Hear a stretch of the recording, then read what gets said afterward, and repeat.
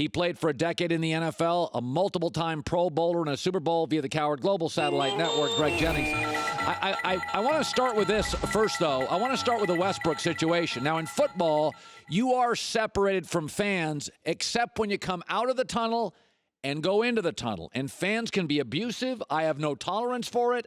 I've heard it. Some of the stuff is troubling. Westbrook does kind of appear to be a very impulsive player and a personality. So he comes in that arena, he's a pretty relentless, impulsive guy. What do you make of what happened last night? Like, when you watch that, what's the first thing that lands for you, Greg? The first thing that lands for me is every player is going to handle situations differently. And what we have to understand is there is kind of a threshold that players have. I don't care who you are, to tolerating heckling and harassment. But then there's that level or that line that you draw that you don't expect a fan or a heckler to cross. And when they do, it gains your attention. You then turn to them and you give them what you either feel or a motion that lets them know, stop it, cut that out. And I think that's what happened to Russell Westbrook. It happens across sport. It's like we're often the target of angry words, and we have to endure these insults and just walk away or go back to our field of play and just continue to go as though nothing ever happened. And that's just not the reality. Sometimes there are things that are said that just cross the line. If we were in the world of a career space within a building, it would be called harassment. Yeah. You would have to suffer some penalty. If you're in public academic fields or settings, it's bullying. Like, so this is often just allowed in sports, which is unfortunate, but players understand that this is going to happen. You're going to get heckled. But when you cross the line and you start to say things that become corrosive, that there's no need for any of that. Shift to the NFL. Antonio Brown's a great player, and John Gruden and Derek Carr are smart, good, quality offensive guys. Here's my concern, is that when you do bring in an often vocal, demanding star receiver, the offense becomes like a home run hitter in baseball. You become a little dependent on it. Would you be concerned that the Raiders now are going to become very A-B kind of centric, and that what happens sometimes when baseball teams become reliant on the home run hitter, you become reliant on the star receiver, you get to the playoffs and teams take it away, Tyreek Hill's taken away by New England, and Patrick Mahomes isn't the same quarterback. How do you think AB will fit in Oakland? We know he's going to be productive. Do you think it just all works? So I'm kind of on your side with this. I know he's going to be productive. That's what he's always been able to do, obviously, in Pittsburgh, as long as he has a guy that can give him the ball. And I believe Derek Carr can get him the ball. I just don't know how frequently he'll be able to get him the ball. And why I say that is because when you part ways with a young talent like Amari Cooper, who we saw and we see who can create and generate separation for a young quarterback who is younger, who has the speed, who has the skill set, and then you bring in on who does not vocally kind of divide a locker room. Then you bring on a guy like Antonio Brown, who has all those same abilities, but he's going to be more vocal because his expectations are a little higher. His standard of production is a little higher. Yeah. And he's going to demand even more out of your quarterback. My concern is, how does Derek Carr respond with that?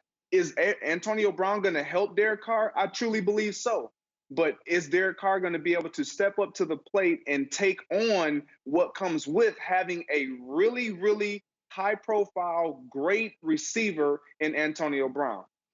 You know, it's funny. You know, we were talking about the Odell Beckham situation. I actually talked to him recently, and I like him, and I get where he's coming from.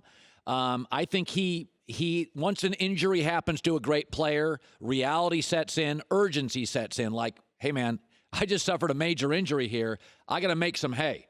I got to make some catches. And I think Odell's feeling a little bit of that pressure. Like, you know, if I have another major injury, a lot of people are not going to see me as the same player. Do you think the Giants, would you move him if you could get the pieces? Because I don't think the Giants thing works for him personally. I don't think Eli's can get him the ball enough. What do you think happens with Odell? ultimately, I would like to see him stay in New York, and they do something at the quarterback position that will complement his skill set. Will that happen? Only time will tell. So let's go to the 49ers situation. It is a very intriguing move for Odell as well as the San Francisco 49ers. Why? Because you have your quarterback in place in Jimmy Garoppolo, obviously coming off an injury. Odell Beckham can relate to that, having suffered an injury the previous, not last year, but the year before. And so they have a different mentality, as you alluded to, coming off an injury, a different approach to the game. It's not so much a pressure. It's a level of respect that this isn't forever. This can be taken away. And I think when you bring in a guy like Odell Beckham and you have a Jerick McKinnon who has suffered an injury as well, they all have something to prove.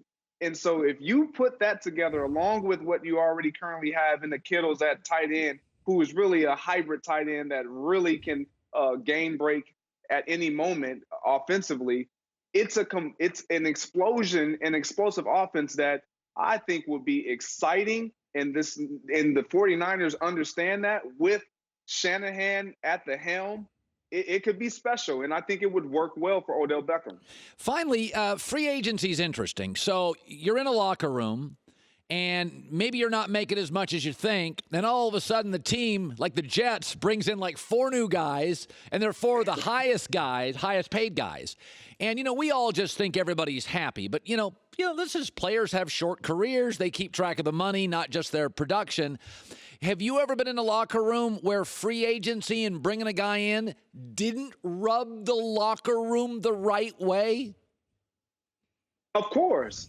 It happens more frequently than what I think we talk about it. Everyone in the locker room is going to question.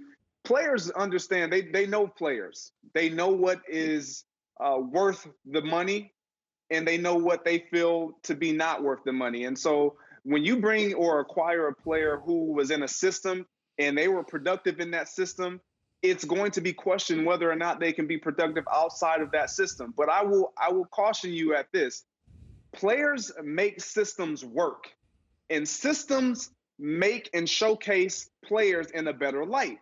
And so when you move guys from New England and you take them, Trey Flowers and Trent Brown and Nate Solder, and you put them in a different dynamic, now they're playing for contract. They're not so much, yes, do they want to win, but they're playing for financial gain. When you're in New England, you're not only playing for financial gain, but you're playing with the standard and the bar being set as we win, and we win championships. And so there's a different level of accountability, and I think you get more, so to speak, you wring out more in that sponge when you have a system and an organization like the New England Patriots. But I think you have to pay these guys. You have to take that risk. You have to take that chance because, again, as I alluded to, players make systems work, but systems make players better. Yeah, I'm looking at all. I don't know if I'd ever do business with New England. The last 2 years, it's interesting. The teams that have done business with New England players have often been desperate teams. Oakland, Detroit, Miami, Tennessee twice, and the Giants, teams that are either in a spot where they could go over the cliff or they've gone over the cliff. So, you can see the people that are trying to get Patriot players and make it work. They're often teams that are a little desperate, and I kind of felt like that with Detroit yesterday, and I kind of feel like Tennessee may be doing the same thing. So, Greg Jennings, good talking to you. Thanks for stopping by the show today. Absolutely. Appreciate you having me, as always. Hi, everybody. Thanks for watching. Subscribe here to get the latest from the show. Also, be sure to check out more of the best clips from The Herd or go watch a few segments from other shows on FS1.